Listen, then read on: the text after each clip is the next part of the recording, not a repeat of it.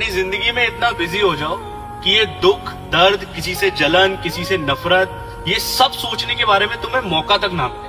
देखो, जब फोकस अपने काम पे होता है ना, तब लोग क्या कह रहे हैं वो सब कुछ सिर्फ एक शोर बन जाता है। रोज थोड़ा बेटर बनो, बॉडी में स्ट्रेंथ लाओ, माइंड में क्लियरिटी और दिल में सुकून। और याद रखो, जो अपने गोल के पीछे पूरी ईमानदारी से लग जाता है ना, उसे नीचे खींचने का मौका किसी को नहीं मिलता। तो इसीलिए लगे रहो और पूरी मेहनत करो, ताकि एक दिन तुम्हें वो सब कुछ मिले जिस चीज के तुम हकदार हो।